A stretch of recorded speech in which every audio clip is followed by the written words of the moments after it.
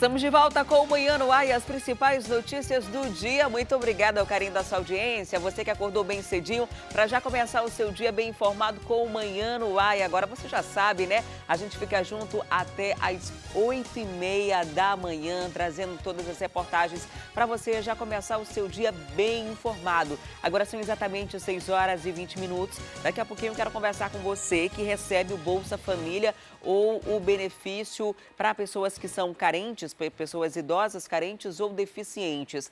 Esse benefício corre o risco de não ser pago esse mês. Só o Bolsa Família aqui na capital beneficia diretamente 190 mil pessoas. Daqui a pouquinho a gente vai trazer esses detalhes para você, porque agora chegou o momento da gente falar das vagas de emprego. Vem comigo que a gente vai conversar com a Tamires Clé, ela que já está a postos para trazer as informações sobre as vagas dos Cines, né? Porque tem um Cine da Prefeitura e tem um Cine do Estado. Tamires, quantas vagas podem ser preenchidas hoje, hein? Muito bom dia.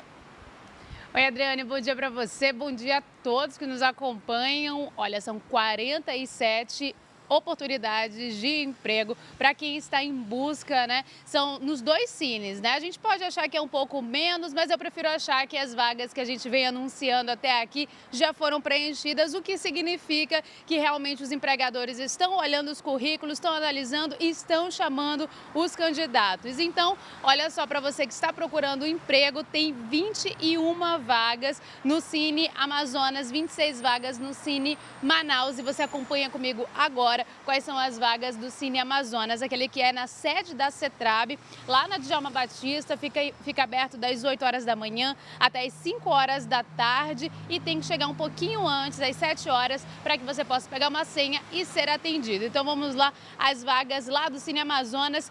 Tem eletricista de automóveis, tem uma vaga para operador de caixa, tem ainda a vaga para auxiliar de limpeza, motorista categoria D, tem supervisor de cozinha industrial, auxiliar de estoque, desenhista industrial, analista de engenharia e tem ainda vendedor externo, mecânico de motor a diesel, tem vendedor de livros, eletricista de veículos a diesel. E tem também as vagas exclusivas para o público PCD, são as pessoas com deficiência. Tem aí vaga para operador de caixa, auxiliar administrativo, atendente de lanchonete e tem ainda vaga para auxiliar de limpeza. Lembrando que as pessoas com deficiência que querem concorrer a uma dessas vagas para se inscrever, para se cadastrar lá no Cine, precisa levar o laudo médico e ele tem que estar dentro da validade. Tem que prestar atenção se ele está dentro daquela validade de 1 ano, senão você vai ter que refazer o teste, pegar um laudo médico e aí levar lá no Cine para que você possa atualizar suas informações. Além do laudo médico, né? No caso, todas as outras pessoas, todo mundo precisa levar os documentos básicos. RG, CPF, comprovante de residência, carteira de trabalho com PIS, tem que levar ainda o certificado de reservista, no caso dos homens, e tem que levar também todos os certificados. Leva o diploma do ensino médio, do ensino fundamental, se for o que tiver, leva também o do ensino superior, ensino técnico, tudo que você fez ao longo da sua vida profissional, você tem que colocar ali documentado para que você possa provar realmente que você está apto, pode concorrer a uma daquelas vagas e é o melhor candidato ali para aquela vaga. Então, é o mesmo procedimento se você quiser concorrer a uma das vagas disponíveis no Cine Manaus. Já no Cine Manaus, o horário é um pouco diferente. Funciona das 8 horas da manhã até as 2 horas da tarde. Não precisa pegar senha.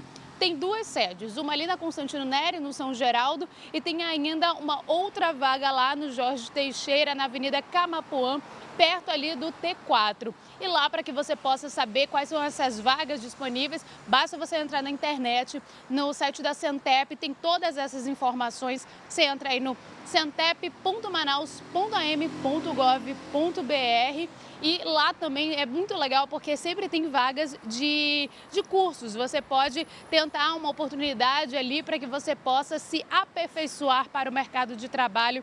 Normalmente é isso que os empregadores estão em busca, de gente realmente que tenha um diferencial, tenha cursos a mais e esteja apto, né, melhor realmente do que os outros candidatos para ocupar aquela vaga. E quem sabe não é você, né? Se você ainda não é apto, realmente não fez esses cursos, já corre atrás logo para tentar da próxima vez conseguir essa vaga de emprego tão sonhada e aí conseguir a dignidade. A gente sabe que tem muita gente procurando, tá difícil, mas vamos sair de casa e tentar, né, Adriane?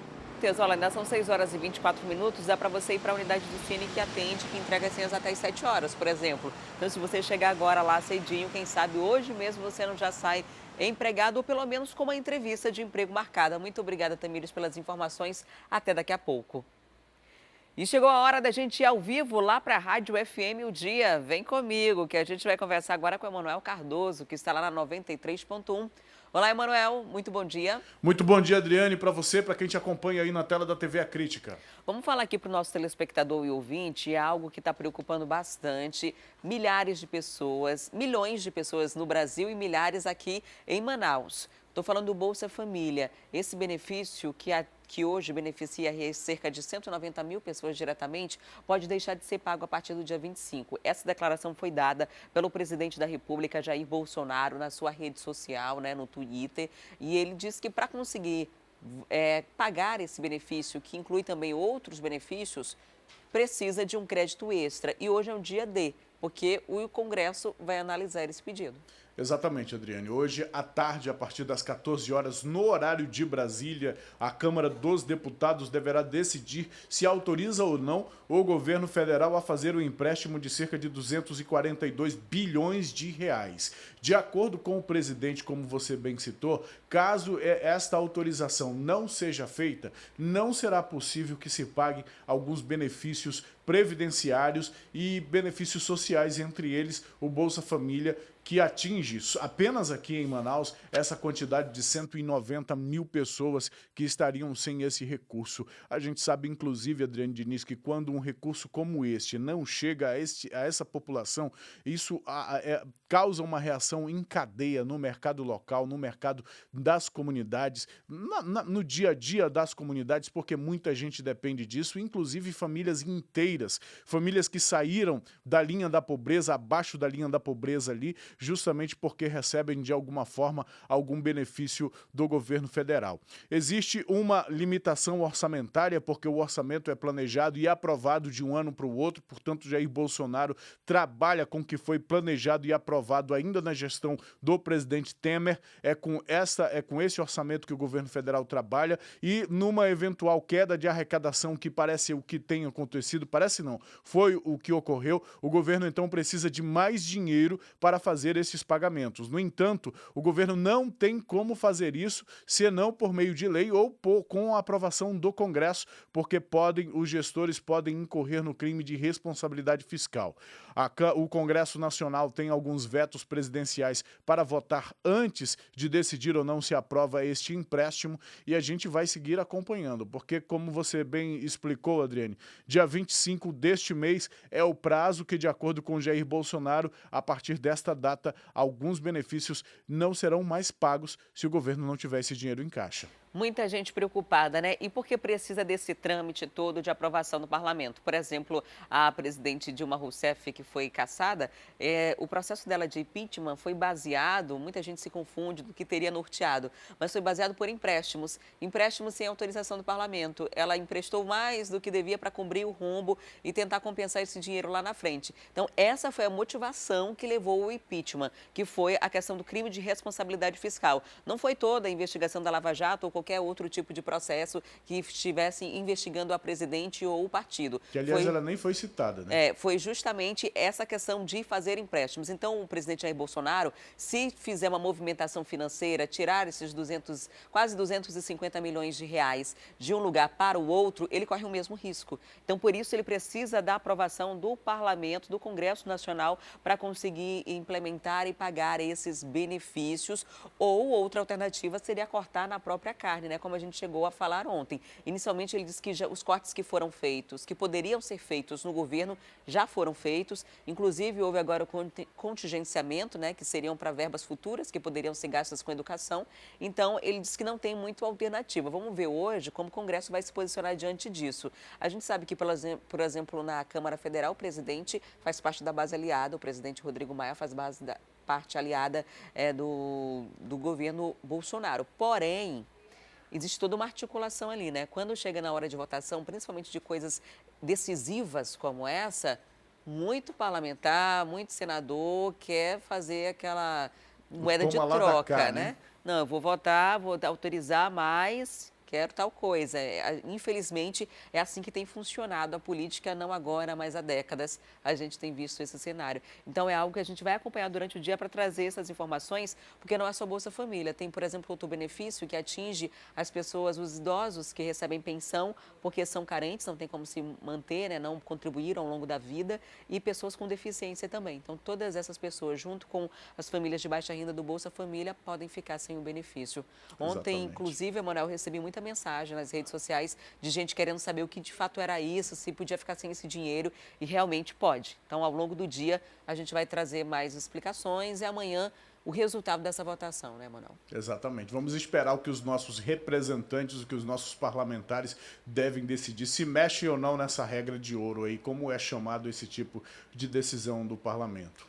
E daqui a pouquinho a gente volta a conversar? Sim, sim, temos aí novidades para a Zona Franca de Manaus, que isso deixa sempre a gente desconfiado, né, Adriane? Toda vez que vem, olha, vem por aí uma proposta que pode mudar o modelo da Zona Franca. E a gente conversa daqui a pouco sobre isso. Até já, então. Olha só, por aqui a gente mostra agora como está o trânsito na cidade. Isso mesmo, o nosso drone está sobrevoando a cidade. Nós estamos na Alameda Cosme Ferreira e ainda são 6h31 e o trânsito é bastante congestionado. Esse ponto aqui que você está vendo é um posto que fica entre a Avenida das Torres e a Alameda. E esse posto muita gente usa como atalho e aí você percebe o movimento, o volume de veículos nesse horário da manhã para tentar acessar a Alameda Cosme Ferreira. Lá na frente tem o encontrão da Avenida das Torres com a Alameda e o trânsito é bastante intenso, mais uma vez, no sentido do centro da cidade. Quem está nessa parte aí, onde tem bastante veículos, está caminhando ali para a Bola do Coroado. Agora o nosso drone está dando um giro para você ver como está a Avenida das Torres, para saber se vai encarar. Para você que está saindo de casa agora, se tiver alguma outra alternativa, eu até recomendo, olha, porque essa alça de acesso à Avenida das Torres está bastante parada. Desde lá da frente, você já percebe uma certa lentidão. Inclusive, algumas pessoas pegam ali à esquerda para ter acesso à Avenida das Torres e, de repente, sair lá pela Cidade Nova. E o acesso ao complexo Gilberto Mestrinho também está com dificuldade, que é a famosa Bola do Coroado. E a gente vai se aproximando mais uma vez dela. Na direita do vídeo é o acesso a Efigênio Salles, conhecida como V8 também. Lá na frente, André Araújo. Do lado esquerdo do vídeo é a Rodrigo Otávio. André Araújo também tem trânsito carregado. Quem vem da Efigênio Salles para ir para a Zona Leste ou Zona Sul não enfrenta dificuldades nas alças de cima do viaduto. Muita gente até deixa de usar, às vezes não sabe como utilizar ou opta por passar por baixo e enfrenta uma lentidão maior ainda. Quem usa as alças de cima consegue ter uma tranquilidade maior. Agora a gente vai chegando ali na Avenida Efigênio Salles, trânsito aparentemente tranquilo, tanto para quem vai quanto para quem volta, com exceção ali na frente, onde tem uma das saídas da Avenida das Torres. E daqui a pouquinho a gente volta a mostrar o trânsito em outras áreas da cidade para você. Porque os rodoviários da empresa Global Green fizeram uma paralisação na tarde de ontem. Cerca de 50 veículos ficaram estacionados nos terminais 4 e 5. Teve a duração de 2h30. Ele começou por volta das 15 horas e se estendeu até às 17h30 da tarde de segunda-feira. Os ônibus começaram a circular por volta das 6 horas da noite. Cerca de 50 ônibus ficaram parados no T5 e no T4. É um protesto da categoria que vem sofrendo aí há longos meses, a empresa Global e a Açaí Transporte, né? A Global não pagou o ticket alimentação do mês, o plano de saúde está cortado e as férias dos companheiros da Global, uma faixa de 800 mil de férias, que tem vários trabalhadores com 3 férias vencidas e a empresa não está cumprindo com os trabalhadores. Porque a gente que está, a categoria não aguenta mais rodar, terminar seus turnos. Segundo o vice-presidente do Sindicato dos Rodoviários, Mossoró Oliveira, informou que esse protesto não vai continuar durante a semana, uma vez que a empresa entrou em contato com o sindicato e informou que na terça-feira, a partir das 10 horas, esse problema vai ser solucionado. E o Sinetran, que representa os donos das empresas, informou que não foi notificado sobre essa paralisação. Se não houve essa notificação, é difícil que os rodoviários consigam a aprovação ou reverter o quadro, uma vez que não houve a conversa entre o empresário, o empregador e o empregado. E na tarde de ontem, um carro capotou na Avenida Rodrigo Otávio, na zona sul de Manaus. O acidente aconteceu nas proximidades da Universidade Federal do Amazonas. Uma jovem ficou ferida. O acidente aconteceu na tarde de segunda-feira na Avenida Rodrigo Otávio, próximo à Universidade Federal do Amazonas. Uma mulher identificada por Gabriele Ribeiro Braga ficou ferida. Ela foi encaminhada por uma viatura do Serviço Móvel de Urgência SAMU para o Hospital Platão Araújo, na zona leste de Manaus. O estado de saúde dessa mulher não foi ainda divulgado. Por conta do acidente, o Manaus Trans, ele informou que o trânsito ficou muito carregado nas vias adjacentes da Avenida Rodrigo Otávio. Alguns agentes do Instituto foram até o local para ajudar no fluxo dos veículos. Ainda de acordo com o Instituto Municipal de Engenharia e Fiscalização de Trânsito Manaus Trans, o acidente envolveu uma caminhonete modelo L200 e um carro modelo Fiat Mobi que capotou na via. O Instituto não informou o motivo do acidente, mas a perícia criminal deve agora investigar o caso.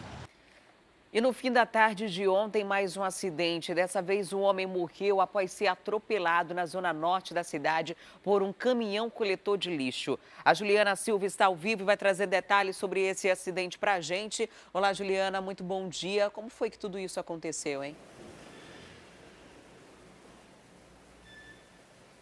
Olá, Adriane. Bom dia para você, bom dia ao nosso telespectador que está em casa assistindo Manhã no Ar. Olha, bem, esse acidente aconteceu por volta das 17 horas, ali na Avenida Penetração, no Conjunto Canaranas, no bairro Cidade Nova. E a vítima foi o Francisco de Assis Lima Pereira, de 34 anos. Como que aconteceu? Ele estava trafegando na via em uma bicicleta quando ele foi atingido por um carro, se desequilibrou, passou para outra via e na mesma hora vinha passando um caminhão de lixo que o acertou em cheio. Ele foi atingido na cabeça e morreu na hora. Segundo o 6º DIP, que é quem atende ali aquela área, eles foram analisar o caso e, segundo eles, o que aconteceu não foi criminoso, viu, Adriane? E também o motorista do caminhão de lixo prestou esclarecimento, fez perícia primeiro, depois ele foi encaminhado ao 6º DIP para prestar esclarecimento. A gente sabe que aquela avenida ali é um pouco movimentada, né? Principalmente em 17 horas ali, que é o horário de pico, então fica realmente complicado trafegar e infelizmente aconteceu aí esse caso que veio a levar a vida aí desse homem de 34 anos, o nome dele Francisco de Assis Lima Pereira, viu, Adriane? Infelizmente. Tá certo, Juliana, muito obrigada pelas informações. É uma fatalidade, né? Primeiro um carro bate, aí coincidentemente está vindo nesse mesmo momento um carro coletor que acabou atropelando esse senhor de bicicleta. A gente lamenta muito por essa morte, né? Do nada, você imagina, a gente inclusive vem falando com muita frequência da vulnerabilidade que um ciclista tem, né, de rodar pela cidade. Muita gente acha que as pessoas só podem rodar se for uma área ali reservada ao ciclista, mas de acordo com o Código de Trânsito Brasileiro, o ciclista pode circular em qualquer avenida da cidade e deve ser uma prioridade, assim como o pedestre também é, né, por conta da vulnerabilidade. No caso de um acidente, é muito fácil que ele seja fatal, como foi esse. Infelizmente, a gente lamenta por essa morte. Muito obrigada pelas informações. Até daqui a pouco. E olha só, agora a gente vai trazer informações da área policial. Daqui a pouquinho, ainda nessa edição, você vai acompanhar informações sobre o caso de um policial militar. Esse aí que você está vendo no vídeo, Josinaldo. Ele foi preso pelo Departamento de Repressão ao Crime Organizado. A suspeita é que ele fornecia informações para traficantes. Isso mesmo, esse policial militar seria responsável por repassar informações para traficantes, informações privilegiadas, pelo fato de estar trabalhando, de ter informações de dentro da polícia, de ter informações sobre operações. De acordo com o que foi investigado pela Polícia Civil, ele estava ajudando o tráfico de drogas e por isso foi detido. E daqui a pouquinho a gente vai trazer as informações detalhadas desse caso para você. E agora eu falo de 3 jovens que foram presos suspeitos de matar um homem durante um assalto no centro da capital. O trio também é investigado por tentativa de latrocínio cometida no mesmo dia do crime. Eduardo Lopes, mais conhecido como Lagarto, Jean dos Santos, conhecido no mundo do crime como Grande, e Vinícius da Silva, mais conhecido como Coringa. Esses três foram presos, suspeitos de envolvimento em pelo menos 2 crimes cometidos na madrugada de domingo. Nós vamos conversar agora com o delegado titular aqui da Delegacia Especializada em Homicídios e Sequestros, que deve dar detalhes sobre a prisão desse trio. Assim que tomamos conhecimento, a Polícia Militar apresentou os 3.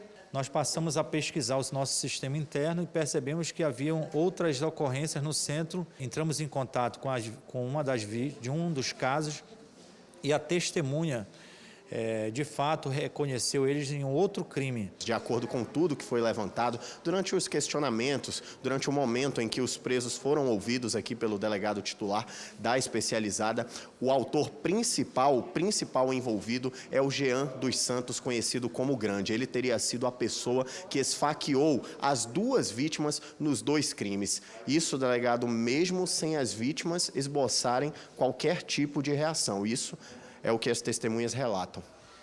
Percebe-se a frieza deles, estavam consumindo entorpecente, queriam mais dinheiro para comprar mais entorpecente e acabaram praticando esses 2 crimes, né, bastante violentos. A gente pede, inclusive, à população que está assistindo o programa neste momento, que possa, se alguém o reconhece como na participação de outros crimes, que possam entrar em contato conosco, que nós iremos ouvir, apurar e serão indiciados por novos crimes.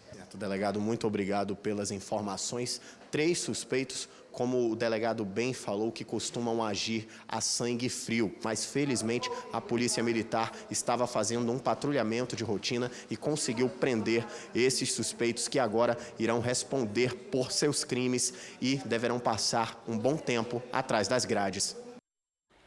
Você lembra do caso que a gente mostrou ontem de um adolescente de 14 anos, o Tiago dos Santos Nogueira, que foi encontrado morto dentro de uma cacimba com as mãos amarradas? Foi encontrado inclusive pelos familiares, né? A polícia começou a investigar esse caso e traz mais detalhes para a gente.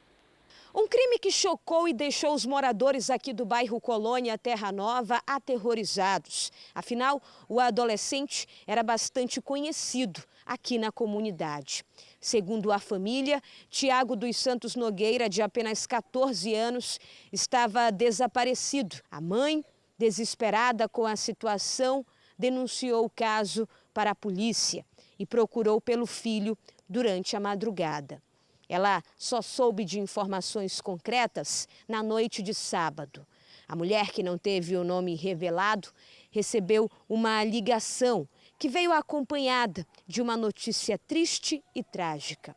A pessoa que estava do outro lado da linha disse para ela que o filho estava morto e que o corpo estaria nesse terreno, nessa área de mata que fica aqui na rua São Judas Tadeu. No momento que ela chegou aqui, já se deparou com o corpo do filho. A polícia militar foi acionada e isolou a área. O corpo foi encontrado com as mãos amarradas. Os bandidos, eles jogaram esse adolescente de cabeça para baixo, dentro de uma cacimba que fica aqui no terreno. O corpo dele foi retirado e removido pelo Instituto Médico Legal. Os peritos do Departamento de Polícia Técnico-Científica também estiveram aqui na noite de sábado e registraram a cena deste homicídio. Eles informaram que o adolescente foi estrangulado pelos assassinos e em seguida jogado dentro desta cacimba. O caso deve ser investigado agora pela Delegacia Especializada em Homicídios e Sequestros, que acredita que esse adolescente teria feito algo que desagradou criminosos dessa região da cidade. Uma moradora que preferiu não se identificar relatou ainda para a equipe de investigação que o adolescente teria sido sequestrado pelos bandidos durante a madrugada de sábado. Nós conversamos com o proprietário aqui do imóvel. Ele relatou que não ouviu nenhuma movimentação estranha durante a madrugada de sábado. Não vi nenhuma, não. E a polícia prendeu um homem com drogas, armas e dinheiro após uma denúncia anônima. Esse caso aconteceu no Jorge Teixeira, na zona leste da capital. Alessandro da Costa Protásio, de 33 anos, mais conhecido como Quelo. Esse é o nome do homem preso com drogas, armas e dinheiro neste final de semana. A polícia militar conseguiu localizar o suspeito em um bar situado na rua Janambá, bairro Jorge Teixeira, após receber uma denúncia anônima. Mais uma vez, os PMs puderam contar com o apoio da população. Do armamento apreendido, apenas uma pistola calibre 940 que ele portava na cintura era verdadeira. O restante eram imitações de armas de uso restrito que ele guardava em sua residência. A droga estava dividida em porções junto a uma balança de precisão. A princípio, nós recebemos denúncia de que o elemento estaria com arma de fogo nesse bar aí, lá na rua Janambá, no Jorge Teixeira. Então, nos deslocamos até o local, o elemento estava visivelmente consumindo bebida alcoólica no local. Efetuamos a abordagem e foi encontrada a arma de fogo, uma pistola aí 940, calibre .40. Então, nos deslocamos posteriormente à residência do elemento, fizemos uma revista no local e foi encontrado também 2 simulacros de arma longa de fogo, né? Também balança de precisão, material entorpecente, óxido, cocaína e a quantia de R$102. Isso tudo estava na residência dele. O suspeito não deu grandes justificativas a respeito da materialidade apreendida. Disse que as armas de uso restrito eram de brinquedo e negou atuar no tráfico de drogas. A princípio ele conversou, disse que era de brinquedo, que não tinha nada a ver com a situação, mas sabemos aí que eles utilizam para amedrontar e para guarnecer as bocas de fumo do local. A droga ele também negou, mas a gente tem informações que é tráfico realmente. Afinal, eram 2 porções, eram porções ali de óxido e cocaína, eram porções relevantes até, eram porções médias, né? Isso, além também de balança de precisão e dinheiro que configura o tráfico aí. Após os procedimentos, o suspeito foi levado até o 6º DIP e encaminhado para a audiência de custódia. Agora são 6 horas e 46 minutos, a gente faz uma pausa nos casos da área policial, porque a gente vai mais uma vez lá para 93.1. Vamos conversar com o Emanuel Cardoso, que continua ao vivo por lá, e a gente faz agora um alerta sobre a Zona Franca de Manaus. Olá, Emanuel, muito bom dia mais uma vez. Mais uma vez. Vamos falar desse plano aí. Existe uma possibilidade do governo federal estar estudando uma análise lá em Dubai de um novo modelo para a Zona Franca de Manaus. Para situar primeiro o nosso telespectador e ouvinte, o nosso modelo hoje é de isenção fiscal, né? O governo concede benefícios à Zona Franca, ou seja, você paga menos imposto para colocar sua empresa aqui do que colocando a empresa em outro lugar. Esse é o modelo que vem sobrevivendo, gerando empregos aqui e trazendo e mantendo as empresas no Amazonas. E preservando a nossa biodiversidade, é importante a gente ressaltar isso também, Adriana. Porque lá no Pará, por exemplo, que não tem esse modelo, é o estado que hoje mais devassa a floresta, né? Esse modelo atual, ele está correndo sério risco porque os incentivos fiscais estão sendo concedidos de maneira gradativa, inclusive, para outros estados. Então, a gente já está correndo um risco grande. Perdendo a competitividade. E agora tem uma possibilidade de um novo modelo, é isso? Exatamente. Existe uma secretaria de governo ligada ao Ministério da Economia que prepara esse plano batizado de Plano Dubai. É uma analogia ao que ocorre com o país lá, com os Emirados, que tinham a sua matriz, que começaram a partir da riqueza do petróleo, que hoje representa em Dubai apenas 6% da economia deles, e eles já conseguem fazer a previsão de quando vai encerrar as reservas tanto de petróleo e gás que eles têm por lá, e por isso eles investiram em outros ramos da economia. A ideia é trazer um modelo similar para a Amazônia, não apenas para o estado do Amazonas, mas para 5 estados aqui da região norte, com base no turismo, com base também na mineração e outras atividades voltadas também para o setor primário. A ideia é mudar, é diversificar a matriz econômica do estado, mas já não sob modelo de incentivos fiscais, e sim justamente pelo modelo de atrair essas empresas para cá, Adriane. Não está claro de que forma essas empresas serão atraídas para a nossa região, já que a aposta é não atraí-las por conta dos incentivos fiscais. A gente sabe que a nossa região tem um problema de logística que é longe, é distante dos grandes centros consumidores e ainda não está claro nesse plano. Outra coisa que não está clara é de que forma isso vai atingir o modelo Zona Franca de Manaus. A princípio, os técnicos afirmam que não será mudado. Também não está claro como este novo modelo, como este plano será instaurado, se será por força de lei, se será uma lei, a exemplo do que é a Zona Franca, e por isso que ela tem uma certa estabilidade. Então não está claro. O que está claro, Adriane, que a gente consegue perceber, sobretudo quando a gente lê as notícias no eixo Rio-São Paulo, lá do sudeste do país em relação à região, eles utilizam um relatório do Tribunal de Contas da União para falar sobre a renúncia fiscal feita no Amazonas, que não trouxe para cá empregos acima da média nacional.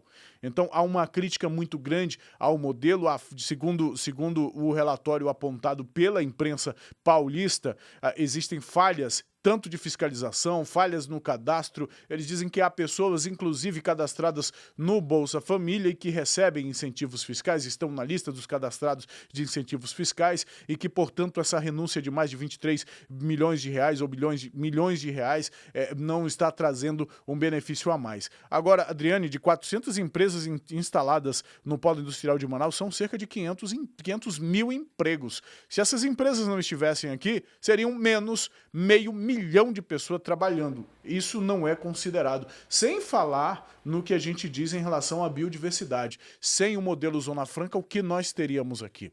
Essa proposta, então, a gente segue acompanhando para saber de que forma isso será implantado ou implementado e que impacto isso vai trazer e por quanto tempo ao modelo de gestão que nós já temos ou ao modelo de desenvolvimento que nós já temos aqui no nosso estado. É a história, né, Manuel? Cada um puxa para o seu lado. E aí usa dados e fatos que vão nortear esse discurso. Por exemplo, quem é contra os benefícios fiscais ou quer estender para outras regiões, diz, olha, lá está gerando a quantidade de emprego que está gerando aqui sem esses benefícios. Por outro lado, quem depende daqui e conhece essa realidade, sabe que a situação é completamente diferente, né? A nossa localização, só para você ter ideia de algo que é muito simples, você com certeza deve ter dificuldade de ter moedinhas, de conseguir moeda na hora do troco, na hora que compra alguma coisa. Então, todo mundo enfrenta essa mesma dificuldade de moedas, porque o frete para trazer uma moeda para cá é maior que o valor do dinheiro em si. Então, é algo que é complicado justamente por essa nossa localização, por essa questão que você não tem como mudar, você não tem como tirar Manaus daqui e jogar em outro lugar. Então, é preciso ter, de fato, esses incentivos. Agora, esse discurso até então, me parece discurso de campanha política. Ao longo da minha vida, todas as entrevistas, quando a gente fala, principalmente no período de campanha, sobre... E a Zona Franca? Todos têm um discurso muito parecido com esse projeto Dubai. Não, a gente precisa incentivar outras políticas, como turismo, como agronegócio, como extrativismo, mas na prática mesmo a gente não vê isso sendo colocado no papel, sendo estabelecido, como que vai ser feito isso, como que vai ser feito aquilo, ao longo de todos esses anos. Vamos esperar que esse estudo aí possa ter algo de concreto, né? Porque por enquanto está tudo muito embrionário, tudo muito na fase inicial. Tem uma coisa que preocupa também, Adriane, e que, na verdade, é uma vocação da nossa região, já que não é explorado, que é a mineração. Justamente a mineração. E o governo federal defende a exploração mineral no Amazonas, inclusive em áreas de preservação. E é esse que está o ponto. Esse que está o ponto. Como fazer a mineração, como transformar a mineração no estado do Amazonas e ainda assim garantir ou fazer com que essa prática não cause impactos ambientais como causou e tem causado em todos os lugares onde a prática é feita, onde a mineração é feita. Que preço quer se pagar, né? A que preço, né? Porque o Brasil, assim, o Brasil é beneficiário, se beneficia da propaganda em torno da preservação da floresta. O Brasil recebe, sim, internacionalmente, porque da Amazônia Legal nós somos o estado que tem a sua maior biodiversidade preservada e isso, sim, é utilizado como moeda de troca para o nosso país, mas quando se fala em Zona Franca parece que ninguém percebe, todo mundo fecha o olho para isso.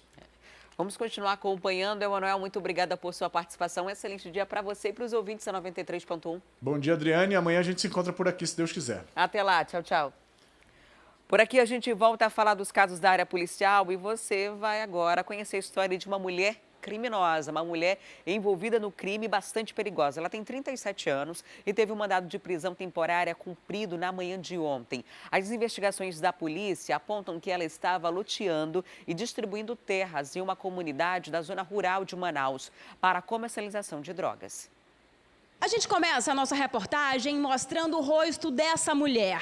Observe muito bem o semblante dela, aparentemente é sereno, certo? Mas não se engane, essa mulher de estatura baixa, fala mansa, segundo a polícia, é bastante perigosa. Ela já é suspeita de ter participado aí de pelo menos 8 crimes distintos. Só para você ter uma ideia, ela já atuava aí na área rural da cidade há muito tempo. Um dos crimes que ela chegou a praticar, a gente explica para você a partir de agora. Ela morava ali no quilômetro 37, via um terreno por ali, aparentemente sem dono, ela ia lá e invadia. E falava para as pessoas que aquela área ali pertencia a ela. A partir daí começava o jogo sujo da Alcione dos Santos Silva, de 37 anos de idade. Ela cobrava uma taxa de R$30 para que essas vítimas ficassem dentro ali do terreno, da área rural. Se aquela vítima não pagasse o valor cobrado por ela, aí a história mudava. Ela pedia para que os capangas entrassem no local e retirassem dali as vítimas à força. Segundo algumas testemunhas, essa mulher, inclusive, chegava a ameaçar essas pessoas. Delegado, esse é apenas um dos crimes, mas que tem muitos outros aí que ela também pode ter participado. Sim, há aproximadamente 4 meses nós começamos a receber informações de diversos crimes que estavam acontecendo na comunidade Paraíso Verde, que fica no ramal da Cachoeira do Leão, ali no quilômetro 37 da M010. E conseguimos coletar informações que nos permitiram fazer o pedido da prisão cautelar da Alcione. Essa prisão temporária dela aí, a princípio, é para constatar se de fato ela participou de todos esses crimes, porque ela acabava coagindo algumas vítimas. Como é que funcionava esse jogo sujo dela? Sim, a Alcione, ela constituiu uma associação de fato, né? Legalmente essa associação ainda não existe, e com esse subterfúgio ela conseguia impor ali as regras dela na comunidade do Paraíso Verde. Ela loteava e vendia certos terrenos para alguns moradores de lá e exigia que houvesse um pagamento mensal de R$30. Na negativa desse pagamento, ela, junto com outros coautores dos crimes que estão sendo investigados, expulsava essas pessoas da comunidade. Esses capangas aí que trabalhavam para ela, chegaram a ser ouvidos por vocês, já foram presos? Como é que ficou a situação deles? 2 deles já foram presos por outros crimes, pelo crime de tráfico de drogas, que também era exercido pela Alcione dentro da comunidade. Ela organizava e comandava a mercância de entorpecente naquela região, isso está sendo apurado no inquérito. E além dos crimes de lesão corporal, de ameaças e inclusive ocultação de cadáveres. Nós temos conhecimento de que indícios fortes de que pessoas foram enterradas naquela localidade, mas se trata de uma área de mata, né, bastante extensa e de bastante dificuldade. Como é que funcionava esse trabalho miliciano que ela ali fazia parte? Ela chegava a repassar esses terrenos para essas vítimas e tinha alguma espécie de documentação ou era só no boca a boca mesmo? Não, era tudo no boca a boca, porque é isso que acontecia lá. Era a lei da Alcione, né? Isso é o que ela pensava, porque o Estado está presente e vai dar um enfrentamento reclamado por toda sorte de crime que haja aqui na cidade de Manaus. A Alcione, ela impunha que essas pessoas a obedecessem. E, caso contrário, como eu já disse, elas sofriam retaliações e o julgamento era feito pela própria Alcione. No começo da reportagem, a gente citou que possivelmente ela esteja envolvida em diversos crimes, aproximadamente 8. Quais são eles? Na Alcione, nós estamos investigando o crime de esbulho possessório, que são as invasões que aconteceram lá, lesões corporais, ameaças, tráfico de drogas, porte irregular de arma de fogo e também a constituição da milícia. Então tá aí o inquérito policial a partir de agora continua. Muito obrigada, delegado, pelas informações. A princípio, ela vai ficar presa temporariamente, mas a polícia vai tentar montar esse quebra-cabeça aí para descobrir de fato o que mais essa mulher fazia nessa localidade onde as pessoas que residem lá têm muito medo dela. A história não termina aí. E a Polícia Civil prendeu um homem que é suspeito de cometer vários roubos lá no bairro da Redenção. Robert Fernandes Damasceno foi preso por volta de 9 horas no dia 6 de junho. Ele foi preso na rua Ituiutaba, no bairro Redenção. Os policiais militares receberam denúncia de que ele estaria roubando pessoas do bairro. Após investigações, os policiais foram na casa da mãe do Robert. Ele estava escondido, sabe onde? No quintal da casa da sua mãe. A gente vai conversar agora com o delegado José Augusto, que vai falar pra gente um pouco sobre essa ocorrência, que foi fruto de muita investigação, né, juntamente com a ajuda da população, né, delegado? Com certeza, Jéssica. Ele foi denunciado pelo fato de praticar o crime de roubo. E aí, após as diligências, a gente conseguiu localizar ele escondido lá no quintal da mãe dele. O Robert, ele já tem uma passagem extensa aí pela polícia, né? Por roubo, por tráfico de drogas. E tem mais, não para por aí não. O que ele tem? O que ele fez mais? Infelizmente, Jéssica, o Robert ele já tem uma ficha bastante extensa, né? Considerando que ele trabalha para uma facção criminosa que normalmente opera com tráfico de drogas. E, infelizmente, há 2 semanas atrás, eles estiveram atrás de um dos membros lá da facção, que, infelizmente, sumiu com alguma droga que pertencia à facção deles. E eles invadiram a casa da mãe, bateram com bastante violência, bateram na mãe, que, inclusive, estava grávida, deram um tiro no padrasto. Para o homicídio. Isso, exatamente, que foi o homicídio tentado, que também foi qualificado, que o Robert vai responder.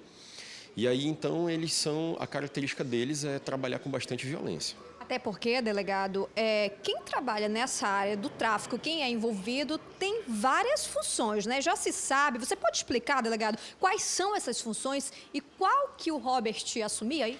Com certeza. Inicialmente, a gente levantou as informações de que o Robert seria segurança da boca, né? Ele fazia segurança armada de uma das bocas de fumo que pertence a essa facção. E, posteriormente, a gente soube também que ele trabalha com transporte, né? E também na função de 1000 grau, que é o conhecido olheiro que verifica ali a movimentação da polícia para chamar a atenção ali do pessoal que trabalha no movimento de droga para, de repente, esconder, fugir na proximidade da polícia. Quando vocês abordaram, né, o Robert no quintal da mãe dele, ele ainda tentou fugir. O que foi encontrado? Foi encontrado alguma coisa com ele, delegado? Com certeza. O Robert foi encontrado o aparelho celular dele com várias fotos. Inclusive, ele e outros comparsas manuseando substância entorpecente, manuseando armamento. E ele também foi preso com o boné e com o relógio que ele usava no dia que ele cometeu o roubo. O que acontece agora, delegado, com o Robert? O Robert foi flagranteado pelo crime de roubo, né, mais um delito aí para a ficha dele, e ele foi encaminhado para a audiência de custódia, que foi nesse final de semana, e o juiz entendeu por converter a prisão preventiva. Então o Robert permanece preso e vai responder o processo preso. E no Viver Melhor, policiais da Força Tática apreenderam 3 homens. Com eles foram encontrados porções de drogas e armas. Os 3 homens estavam em um carro branco bem parecido com um táxi. Segundo informações, denúncias que os moradores da área do Viver Melhor, no bairro Santa Etelvina, fizeram para a polícia, esses 3 rapazes estavam armados nesse veículo. Estavam justamente rondando ali naquela área do Viver Melhor. É claro, os moradores com medo fizeram a denúncia anônima para a polícia. Imediatamente, os policiais foram até o local e fizeram buscas ali pelaquela área para tentar encontrar esse veículo com os suspeitos. Até que eles encontraram, fizeram a abordagem e com esse trio os policiais encontraram uma arma calibre 38 e várias drogas. Esses homens que você vê na imagem, eles foram identificados como David Teixeira Gonçalves, de 34 anos, Matheus da Silva Souza, de 30 e William Cursino Oliveira, de 25 anos. 2 deles já tinham passagem pelo mesmo crime, né, de tráfico de drogas ali. Então, ali imediatamente já foi dada a voz de prisão. Posteriormente, que a gente constatou lá na delegacia que eles tinham essa passagem. Então, a situação deles complicou, né? Então, a gente agradece a população ali do Viver Melhor, que estava vivendo uma situação tensa, mas imediatamente a Polícia Militar deu uma resposta ali, cercou a área ali, já os índices de criminalidade reduziram lá no local. A gente agradece a população. Quem tiver denúncias como essa, pode ligar para a gente, né? Nossa linha direta é o 994 28 4400. E daqui a pouco a gente mostra quem é o policial que foi preso após investigação do Departamento de Repressão ao Crime Organizado constatar que ele colaborava com traficantes de drogas. Isso mesmo, ele passava informações para os criminosos. E ainda tudo sobre a visita do ministro Sérgio Moro a Manaus, no momento em que o vazamento de uma conversa coloca, segundo especialistas, a Operação Lava Jato em risco. Os detalhes eu trago já já, é um instante só.